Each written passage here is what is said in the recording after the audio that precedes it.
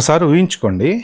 జనరల్‌గా రోజు పొద్దున్నే లేచి ఆఫీస్‌కి వెళ్ళేటువంటి ఎంప్లాయీస్ ఎవరైతే ఉన్నారో వాళ్ళందరూ ఇంట్లో కూర్చొని ఉంటే ఆఫీస్‌లు ఓపెన్ ఉంటాయి, ఫ్యాక్టరీలు ఓపెన్‌లు ఉంటాయి, అన్ని కంపెనీలు ఓపెన్ ఉంటాయి. ఆ మనుషుల ప్లేస్‌లో రాబోట్లు పొద్దున్నే ఆ రోబోట్ వచ్చేసి చక్కగా కూర్చొని ఆ పని అంతా చేస్తుంది. కార్ ఫ్యాక్టరీలో రోబోట్ వచ్చేసి కార్లు ఫిట్ చేయటం, అవి చేయటం, ఇవి చేయటం చేస్తుంది. సో ఆల్మోస్ట్ ఆల్ ఇప్పుడు రోబోట్లు చేయని పని అంటూ లేదు. టెక్నాలజీ ఎక్కడ దాకా వెళ్ళిపోయిందంటే ఇప్పుడు కార్లు వచ్చినాయి చూసారు కదా, మనం సింపుల్ కూర్చుంటే చాలు అదే డ్రైవ్ చేసుకుంటూ వెళ్ళిపోతుంది. డ్రైవర్లెస్ కార్లు వచ్చినాయి. చైనాలో అంట దాదాపు అసలు ఆల్మోస్ట్ ఆల్ మన కార్లో కూర్చొని ముచ్చట్లు పెట్టుకుంటా అంటే అవే డ్రైవ్ చేసుకుంటూ వెళ్ళిపోతుంటే టెక్నాలజీ, వాళ్ళ టెక్నాలజీ చాలా అడ్వాన్స్డ్, అమెరికాతో ఈక్వల్గా ఉంటుంది. టెస్లా కార్ చూడండి, ఎక్కడికి వెళ్ళినా కానీ మనం సేఫ్గా హ్యాపీగా ఇంటికి రావచ్చు. ఎందుకంటే దాన్ని ఆటో పైలట్లో పడేస్తే అట్లీస్ట్ సమ్వాట్ మనం మామూలు కార్లు నడుపుతూ కొంచెం ఒకవేళ నైట్ పూట నిద్ర వచ్చినప్పుడు ఏమన్నా మనం కొనుక్కొచ్చినా కానీ టెస్లా లాంటిది ఇప్పుడు దాంట్లో ఉన్న హై ఎండ్ టెక్నాలజీ తోటి చాలా సేఫ్గా ఇంటికి తీసుకొస్తుంది. సో చాలామంది కూడా ఏంటంటే దాన్ని ఆటో పైలట్లో పెట్టేసి కూర్చుంటారనమాట. సో అలాగా ఇప్పుడు ఫస్ట్ అసలు ఫ్లైట్లు ఆటో పైలట్ స్టార్ట్ అయింది. జనరల్గా ఏంటంటే మాన్యువల్గా మ్యాప్లు చూసుకుని వెళ్ళేటువంటి పైలట్లు స్లోగా పోను అంటే మొత్తం ఆటో పైలట్ అంటే ఇది టేక్ ఆఫ్ అయిన దగ్గర నుంచి ల్యాండ్ అయ్యే వరకు కూడా ఆల్మోస్ట్ ల్యాండింగ్ అప్పుడు ఒక్కొక్కసారి మాన్యువల్ చేస్తారు. అదర్ దాన్ దట్ మొత్తం ఆటో పైలట్కి వచ్చేసింది. సో ఇప్పుడు అది కార్లకు వచ్చేసింది. సో ఇప్పుడు లేటెస్ట్గా వచ్చినటువంటి న్యూస్ ఏంటంటే నిన్న న్యూయార్క్ టైమ్స్లో వచ్చినటువంటి ఆర్టికల్ ఇప్పుడు విపరీతమైన సోషల్ మీడియాలో రచ్చ చేస్తుంది అనమాట. ఏంటి అంటే General Motors, one of the పెద్ద top famous company. So General మోటార్స్లో 1000 మందిని తీసేసి వాళ్ళ ప్లేస్లో కోబోట్స్, హ్యూమనాయిడ్ రాబోట్స్ అనమాట, వాటిని ఇంట్రడ్యూస్ చేయబోతున్నారట. సో ఇది ఒక పెద్ద కలకలం అయింది ప్రస్తుతానికి. సో దీని గురించి పర్టికులర్ వీడియోలో చెప్తాయి. చాలా ఇంపార్టెంట్, అందరూ తెలుసుకోవాల్సిన విషయం. ఎందుకు అంటే ఫ్యూచర్ ఎట్టిపోతుంది, అసలు ప్రభుత్వాలు ఎందుకు పట్టించుకోవట్లేదు, మనం ఏం చేయాలి మరి ఇలా మన ప్లేస్లో రాబోట్లు వస్తాయి. సో ఇవన్నీ ఈ పర్టికులర్ వీడియోలో డిస్కస్ చేసుకుందాం.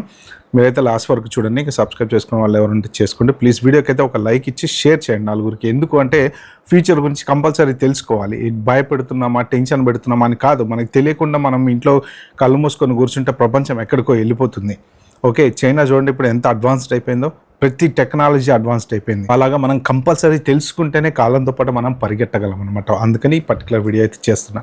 సో ఇప్పుడు విషయం ఏంటంటే యాక్చువల్గా ఆ జనరల్ మోటార్స్ అమెరికాలోని డెట్రాయిట్లో ఉన్నటువంటి ఈ కంపెనీలో 1000 మెంబర్స్ని తీసేశారనమాట. సో ఎందుకు తీసేశారు, వాళ్ళు సరిగా పని చేయట్లేదా, చేత కదా, అది ఏం లేదు, సింపుల్గా రేపటి నుంచి రావద్దని చెప్పేశారు. మన ఐటీ ఎంప్లాయీస్ని ఎలాగైతే తీసేశారో అలాగే తీసేశారు. దానికి తగ్గ కాంపన్సేషన్స్ ఏవో ఉంటాయి కదా, ఆ compensations 6 months salary, 3 months salary, 4 months salary ఇచ్చేసి పంపించేస్తారు జనరల్గా. ఇప్పుడు వీళ్ళంతా ధర్నాలు అవి ఇవి చేస్తున్నారు. మరి ఎందుకు తీసేశారు వీళ్ళకి పని చేత కదా అంటే కాదు, వీళ్ళ ప్లేస్లో ఒక 50 హ్యూమనాయిడ్ రోబోట్స్, అంటే వీటిని కోబోట్స్ అంటారట. సో వీటిని ఇంట్రడ్యూస్ చేయడానికి కంపెనీ ప్లాన్ చేస్తుంది. అంటే శాలరీలు ఇవ్వడానికి వీళ్ళ దగ్గర డబ్బులు ఇవ్వాలంటే జనరల్ మోటార్స్ తెలుసు కదా, వరల్డ్లో one of the top company. పెద్ద పెద్ద కార్లు ఉంటాయి. ఆల్మోస్ట్ ఆల్ అమెరికాలో సెక్యూరిటీకి పెద్ద ఈవెన్ మన ట్రంప్కి వెనక ముందు వెళ్ళేటువంటి కార్లలో కూడా చాలా జనరల్ మోటార్ కార్స్ ఉంటాయి, చాలా ఉంటాయి అవి ఎందుకంటే one of the world famous company అది. సో మరి వాళ్ళ దగ్గర డబ్బులు ఉండకుండా ఎందుకుంటే బ్రహ్మాండంగా డబ్బులు ఉంటాయి. అయితే ఏంటంటే ఇప్పుడు వీళ్ళు వర్క్ ఫోర్స్ని తగ్గించి కంప్లీట్గా ఆటోమేషన్ మీద డిపెండ్ అవ్వాలనే ఆలోచన చేస్తున్నారట. సో మరి ఇప్పుడు వీళ్ళందరూ ఈ రోబోట్లు, వీళ్ళ ప్లేస్లో రోబోట్లు వస్తే మరి వీళ్ళ పరిస్థితి ఏంటి, వీళ్ళ జాబుల పరిస్థితి ఏంటి, అది కంపెనీకి అనవసరం. కంపెనీకి కావాల్సింది ఏంటంటే ప్రొడక్షన్ నడుస్తుందా లేదా, ఎన్ని యూనిట్లు చేరాలో అన్ని యూనిట్లు చేరినాయా లేదా, కార్లు కొనుక్కుంటున్నారా లేదా, సో వాళ్ళకి కావాల్సినటువంటి రెవెన్యూ వస్తుందా లేదా, అంతవరకే వాళ్ళకి కావాల్సింది. So end of the day company MD తప్ప మిగిలిన వాళ్ళంతా వెళ్ళిపోయేటట్టు కనబడుతుంది చూడబోతే. మరి ఇప్పుడు రోబోట్లను పెట్టుకుంటే రోబోట్లు అన్ని పనులు చేస్తే ఏంటి అడ్వాంటేజెస్, డిసడ్వాంటేజెస్ ఏంటి వీళ్ళని పెట్టుకోవటం వలన? ఫస్ట్ ఆఫ్ ఆల్ హ్యూమన్ అనేటప్పటికి ఏమవుతుందంటే, ఒక మనిషి ఒక కంపెనీలో పనిచేయాలి అంటే మీరు జనరల్గా ఆలోచించుకోండి. So health and safety rules ఉండాలి, ఇన్సూరెన్స్ ఉండాలి, 9కి వస్తాడు 5కి వెళ్ళిపోతాడు, మళ్ళీ వాడి సిక్ లీవ్ పెడతాడు, ఏమన్నా ఒంట్లో బాగాలేకపోతే సిక్ లీవ్ పెడతారు. సో ఇలాగా రకరకాలుగా ఏమేమైతే బెనిఫిట్స్ ఉంటాయో బెనిఫిట్స్ ఇవ్వాలి. ఒక 6 నెలలు రాపోయినా సస్పెండ్ చేయాలంటే రూల్స్ మాట్లాడతారు. సో అంటే ఉంటాయి కదా, ఇప్పుడు ఫ్యాక్టరీ ఎంప్లాయీస్ ఉన్నారు ఫర్ ఎగ్జాంపుల్, వాళ్ళకి కార్మిక చట్టాలని గవర్నమెంట్ రిలేటెడ్ చట్టాలని చాలా ఉంటాయి. అంత సింపుల్గా వాళ్ళని ఒక 6 నెలలు రాలేదు కదా అని చెప్పి పనిలోంచి వాళ్ళని తీసేయడానికి ఉండదు. ఆ చట్టాల ప్రకారం వాళ్ళు ఫాలో అవ్వాలి, దానికి కొన్ని సెక్షన్స్ ఉంటాయి. సో ఇన్ని రకాల రూల్స్ ఉంటాయి. ఇన్సూరెన్స్ మెయింటైన్ చేయాలి, లేకపోతే వీళ్ళకి హెల్త్ బాగాలేకపోతే ప్రైవేట్ మెడికల్ ఉంటే ప్రైవేట్ మెడికల్ కట్టాలి. సో అంటే ఒక పర్సన్ మీద కంపెనీకి డిపెండెన్సీ ఎక్కువ ఉంటుంది అనమాట. ఒక పర్సన్ మీద కంపెనీ చాలా ఎక్కువ ఆలోచించాలి మనిషి గురించి. అదే మరి ఒక రోబోట్ని అక్కడ పెడితే, ఛార్జింగ్ చేసి అక్కడ పెట్టేస్తామనుకోండి, పోతుంది, లిఫ్ట్ చేస్తుంది, తీసుకొస్తుంది, అక్కడ పెడుతుంది, ఛార్జింగ్ అయిపోతే మళ్ళీ ఛార్జింగ్ పెడతాం. పాడైతే ఓ చెయ్యి పాడవుతుంది, కాలు పాడవుతుంది, లేకపోతే కన్ను పాడవుతుంది, ముక్కు పాడవుతుంది, ఒక కెమెరా పాడవుతుంది. ఎవ్రీథింగ్ ఈజ్ ఎ డివైస్ కదా. సో ఇప్పుడు దాంట్లో ఒక 100 స్పేర్ పార్ట్స్ ఉన్నాయి అనుకోండి. ఇప్పుడు మనకు ఒక లారీ ఉంది, లారీలో దగ్గర వేలలో ఉంటాయి స్పేర్ పార్ట్స్. ఏదైనా పాడైతే మొత్తం లారీ పడేసి లారీ కొత్తది కొనుక్కోం కదా, ఏం చేస్తాము, ఆ లైట్ పోతే లైట్ మారుస్తాము, లేకపోతే ఏదో ఒక చిన్న పార్ట్ పోతే పార్ట్ తీస్తాం, మళ్ళీ అదే లారీని నడుపుకుంటూ వెళ్తూ ఉంటారు అనమాట. సో దట్స్ ఎగ్జాక్ట్లీ ఈ robots, cobots, humanoid robots, whatever you call it, ఏదన్నా కానీ అది ఇప్పుడు ఏంటి, చిన్న పార్ట్ ఏదన్నా పోతే ఆ పార్ట్ తీస్తాం, మళ్ళీ ఇంకొక పార్ట్ పెడతాము. ఓకే, ఒక 1 year అయింది, 2 years అయింది, ఇక పాత పడిపోయింది, దాని టెక్నాలజీ డౌన్గ్రేడ్ అయిపోయింది, తీస్తాము, ఇంకోటి పెడతాము. ఇప్పుడు ఇక్కడ డిఫరెన్స్ ఏంటి, ఇవి అలసిపోవు, 9 to 5 చేయవు, 24 hours పని చేయమన్నా చేస్తాయి, వీటికి ఇన్సూరెన్స్లు కట్టాల్సిన పని లేదు. పొరపాటున ఒక మనిషి ఆఫీసులో లేకపోతే ఫ్యాక్టరీలో జారి కింద పడితే అక్కడ అతనికి ఇన్సూరెన్స్ పే చేయాలి కంపెనీస్. ఈ ప్రొఫెషనల్ ఇండెమ్నిటీ అని, లేకపోతే ఎంప్లాయర్స్ లయబిలిటీ అని, ఇవన్నీ ఉంటాయి. సో అతనికి కాంపన్సేషన్ ఇవ్వాలి. కంపెనీ తప్పైతే కనుక అతనికి చాలా డబ్బులు ఇవ్వాల్సి వస్తుంది. బై మిస్టేక్ అతను కానీ ఏదైనా కంపెనీని సూ చేశాడంటే అతనికి, అంటే ఇవన్నీ ఉన్నాయన్నమాట. రోబోట్ వచ్చి సూ చేస్తుంది ఆ కంపెనీని, చేయదు కదా. రోబోట్ కాలు తగిలి కింద పడ్డది అనుకో, దానికి కాలు వచ్చి ఈ రీతిగా తీసి పక్కన పెడతాం, ఇంకోటి పెట్టుకుంటాం.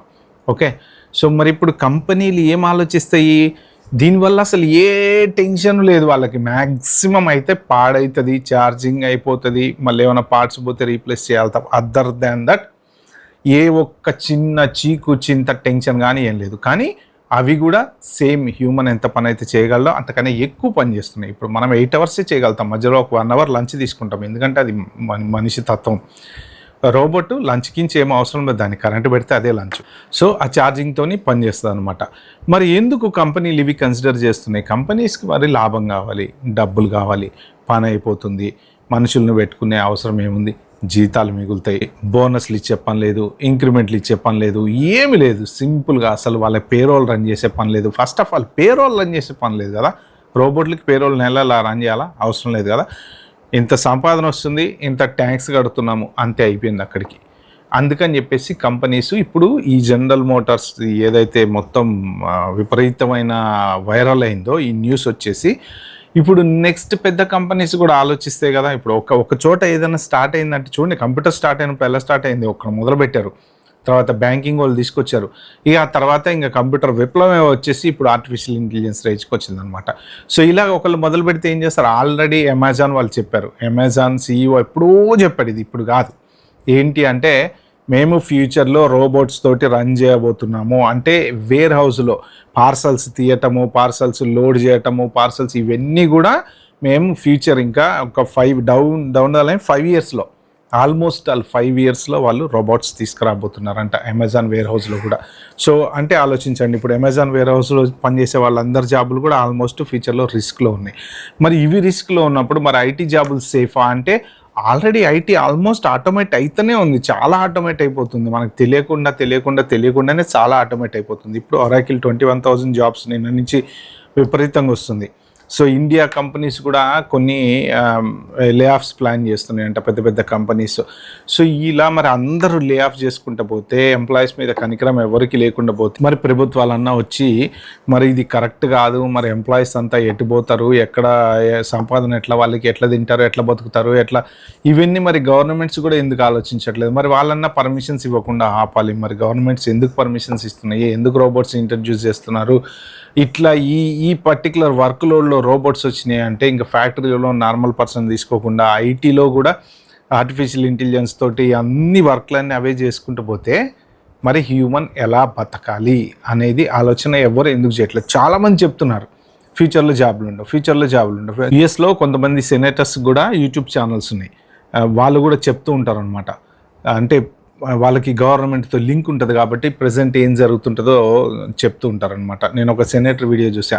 అసలు ఆయన ఎంత క్లియర్గా ఎక్స్ప్లెయిన్ చేశాడంటే ఎలాన్ మస్క్ దగ్గర నుంచి పెద్ద పెద్ద దిగ్గజాలు, అమెజాన్ కానీ, ఈ మెటావోల్ కానీ, వీళ్ళు చేసేటువంటి వర్క్ ఏంటి, దీనివల్ల ఫ్యూచర్లో కలిగేటువంటి ఇంపాక్ట్ ఏంటి అనేది ఆయన చాలా క్లియర్గా ఎక్స్ప్లెయిన్ చేశాడు. అది వింటే భయం అవుతుంది. ఆయన చెప్పాడు బై 2030 అసలు చాలామందికి మొన్నటిదాకా ఏమనుకున్నారు, ChatGPT వచ్చిందో, క్లాడ్ వచ్చిందో, ఇంకోటి వచ్చిందో, వైట్ కాలర్ జాబ్స్ పోతాయి, బ్లూ కాలర్ జాబ్స్ పెరుగుతాయి అని అన్నారు కదా. మరి ఇప్పుడు సడన్గా నిన్న నుంచి సర్క్యులేట్ అవుతున్నటువంటి వైరల్ ఇన్ఫర్మేషన్ ఏంటంటే బ్లూ కాలర్ జాబ్స్ కూడా రిస్క్లో ఉన్నాయంట. మరి ఇక మనిషి ఏ కాలర్ జాబ్ చేయాలి? సో అది ప్రస్తుతానికి. సో మొత్తానికి అయితే మనం చాలా డేంజర్ జోన్లోకి వెళ్ళబోతున్నామేమో నాకు అనిపిస్తుంది. మీరేమనుకుంటారో కింద కామెంట్లో అయితే మెన్షన్ చేయండి.